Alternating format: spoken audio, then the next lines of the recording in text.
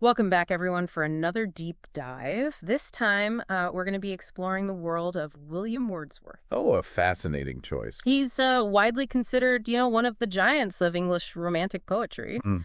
And you've given me some really interesting biographical info on Wordsworth, and of course, Yes. one of his most famous poems, I Wandered Lonely as a Cloud. All right.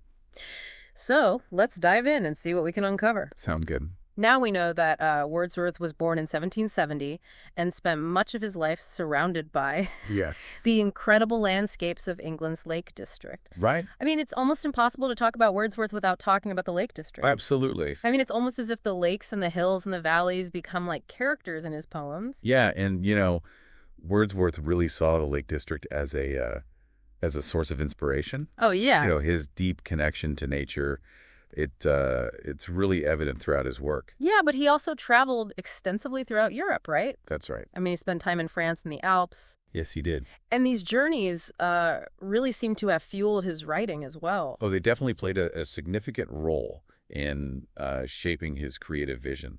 So how did all of these influences come together in his work? Well, one of the most pivotal moments in Wordsworth's career was his collaboration with Samuel Taylor Coleridge. Ah, yes. On Lyrical Ballads. Lyrical Ballads. Published in 1798. This was a really groundbreaking collection. It was. It really kind of shook things up in the world of poetry. It did. What was so revolutionary about it? Well, at the time, poetry was very formal, you see. It was characterized by very complex language and really intricate structures. Okay. And it really catered to a more elite audience. Yeah. But Wordsworth and Coleridge, they advocated for a much more accessible style of poetry, using everyday language. Right. And focusing on common human experiences to connect with a wider readership. It was a bold move. It was very bold. Yeah. To challenge the very conventions of poetry. Absolutely. And you can see that influence. Yes. In I Wandered Lonely as a Cloud. Yes, definitely. With its simple language and very relatable emotions. Right. It's like he's inviting us to walk alongside him through these landscapes. Usually. To experience nature through his eyes. Yeah, it's fascinating how he blends, the personal and the universal in his work. Right. We know that he drew inspiration from his own walks in the Lake District. Mm-hmm. And there's even speculation that he may have actually come across a field of daffodils. Oh, wow. Just like the one described in the poem. Really? But he elevates this personal experience to something that resonates with anyone who has ever felt that sudden surge of joy upon encountering natural beauty. That idea of finding joy in the everyday, that really speaks to me. Oh, yeah. I think it's a good reminder for all of us to look for those moments of wonder in our own lives. Absolutely. But before we, get too philosophical here, Sure. Let's actually dive into the poem itself. So the poem begins with that very famous line, I wandered lonely as a cloud. Right. Hey, you can almost feel that sense of isolation, like being adrift in this vast landscape. Yeah, you really get a sense of solitude. Yeah, and then suddenly he comes upon this, a crowd, a host of golden daffodils. Right. And the way he describes them, he uses such vivid language to really emphasize the abundance, the vibrancy of the scene. He really brings it to life, doesn't he? Yeah. Beside the lake, beneath the trees, fluttering and dancing in the breeze. Beautiful imagery. It's like he's painting a picture with words. It is. That you can practically see those daffodils swaying in the wind. And you can almost feel the breeze. Yeah, and it's not just a small patch of daffodils either. No, it's not. I mean, he really captures the scale of it. Yeah. Continuous as the stars that shine and twinkle on the Milky Way. Yeah. Stretching in never-ending line along the margin of a bay. It's his vast, expansive color. It goes beyond just a pretty sight. It becomes this overwhelming experience of nature's grandeur. He uses those cosmic images to highlight the immensity and the power of nature. Right. And it's like that energy ripples outward from the daffodils. Yeah. The waves beside them danced, but they outdid the sparkling waves in glee. So even the waves are getting in on the action. Yeah, they're caught up in the excitement. Right. It's infectious. And it's clear that energy also affects the speaker. He goes from feeling lonely to practically ecstatic. He says, a poet could not but be gay in such a jocund company. Exactly. He's completely swept away by the beauty of his surroundings. We're reveling in it. And then there's this interesting turn where he admits, I gazed and gazed, but little thought what wealth the show to me had brought. Yeah, that's a key line. So at that moment, he doesn't fully grasp the lasting impact of this experience. Not yet. Interesting. It's like he's setting the stage for a deeper exploration of the relationship between nature, memory, and the human experience. I like that. Yeah. So he's not just describing a pretty scene. No. But he's hinting at something much deeper. Exactly. Something that goes beyond that initial encounter with the daffodils. Yeah, and that takes us right into the next stanza. Okay, well, let's take a quick break, and we'll come back and explore that next stanza in more detail. Sounds good. And in that next stanza, he goes on to describe, those moments when he's lying on his couch in vacant or in pensive mood. Right. The memory of those daffodils comes flooding back. He says, they flash upon that inward eye. The inward eye. Now, that's a powerful image, isn't it? It is. It suggests that, nature's beauty doesn't just disappear when we look away. Right. It leaves this imprint on our minds. Almost on our souls. Yeah, almost like these experiences become a part of us. Exactly. They nourish us. They comfort us. And they inspire us. Even when we're not physically, surrounded by them. Your Wordsworth is suggesting that the beauty we experience in nature becomes a part of who we are. Right. It becomes a source of strength and solace that we can access at any time through memory and imagination. And that brings us to those final lines of the poem. And then my heart with pleasure fills and dances with the daffodils. Beautiful lines. Even in solitude, the memory of those dancing daffodils brings him joy. It's like they're still dancing inside of him. It's a really powerful image of the enduring power of nature. Yeah. And it connects directly to some of Wordsworth's other works. Right. Particularly his autobiographical masterpiece, The Prelude.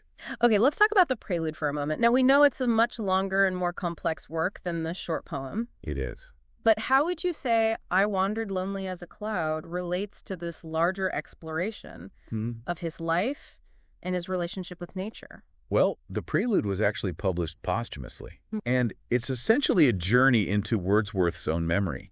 Interesting. It traces his development as a poet and how his experiences in nature shaped his understanding of the world and of himself. So it's like a deep dive into his own consciousness. Exactly. And the inward eye that he describes in I Wandered Lonely as a Cloud is a concept that he delves into much deeper in The Prelude. So he's kind of giving us a preview in a way. I think so. In I Wandered Lonely as a Cloud. Yeah, like a glimpse into this much larger, more complex exploration of nature's impact on the human spirit. Right. But he doesn't stop at just personal reflection. No, he doesn't. I mean, he seems to have this larger purpose. Yeah. He wants to share these insights with others. To awaken that same appreciation for nature in his readers. Absolutely. Wordsworth really believed that poetry had the power to connect people to nature and to their own emotions. Right. He saw beauty in everyday life. Yeah. In the ordinary. Right. And he wanted others to see it too. He was a champion of the Romantic movement. Yes, he was. Which really emphasized emotion and individual experience. And the sublime power of the natural world. Right. And his use of simple language really made these ideas accessible to a wider audience. Exactly. So in a way, he was almost democratizing poetry, making it something that everyone could connect with. That's a great way to put it. Not just, scholars and the elite. He wanted his poetry to speak to the heart, not just the intellect. And he certainly achieved that. He did. I mean, Wordsworth eventually became England's poet laureate. That's right. Which really speaks volumes about his influence. It does. And how deeply his work resonated with people. And it's remarkable how his work continues to resonate with readers even today. It is, isn't it? Centuries later. Yeah. What do you think it is about his poetry that transcends time and continues to speak to us? Well, I think Wordsworth's poetry speaks to something universal within us. Our longing for connection, or search for meaning and beauty.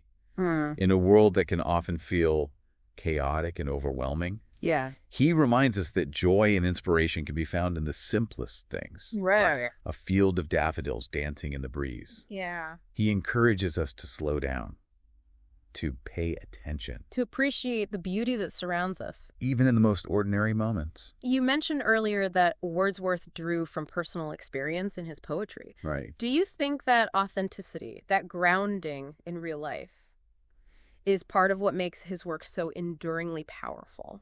Oh, I think you've hit on something crucial there. Wordsworth's poetry isn't just abstract contemplation. Right. It's rooted in lived experience, in the sights and sounds and emotions he encountered during his walks through the Lake District, his travels, his interactions with the natural world. And that authenticity shines through. It does. Allowing readers to connect with his work on a deeper, more personal level. It makes you want to go out and experience those moments for yourself, doesn't it? It does. To find your own field of daffodils. And just let that beauty wash over you.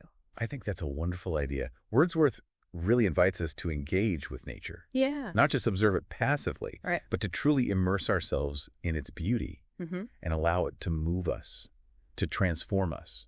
He's really encouraging us to embrace that childlike sense of wonder, isn't he?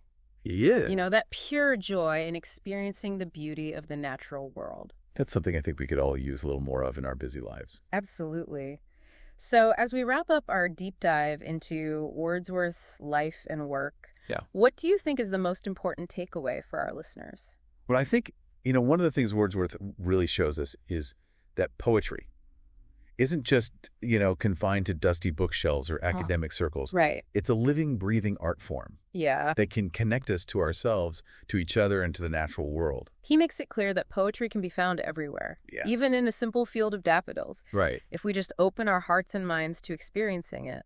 I think that's a beautiful way to put it. And I Wandered Lonely as a Cloud really serves as a perfect example. It does. Of how a personal encounter with nature can be transformed into art that resonates with so many people. Across time and space. Exactly. And, it's a testament to the power of observation. Right. Reflection. And the enduring beauty of the natural world. Absolutely. So as you go about your day, dear listener, we encourage you to keep Wordsworth's words in mind. Yeah. Take a moment to really appreciate the simple beauty around you, whether it's a vibrant sunset, or a towering tree, or even a tiny wildflower blooming by the roadside. Those little moments can make a big difference. Let those experiences fill you with a sense of wonder and joy, just as those dancing daffodils filled Wordsworth's heart. Yeah, and who knows, maybe like Wordsworth, you'll find that those moments of beauty continue to inspire and uplift you long after the experience itself has passed. That's a great thought to end on. Well, thank you so much for joining us on this deep dive into the world of William Wordsworth. It's been a pleasure. Until next time, everyone. Bye.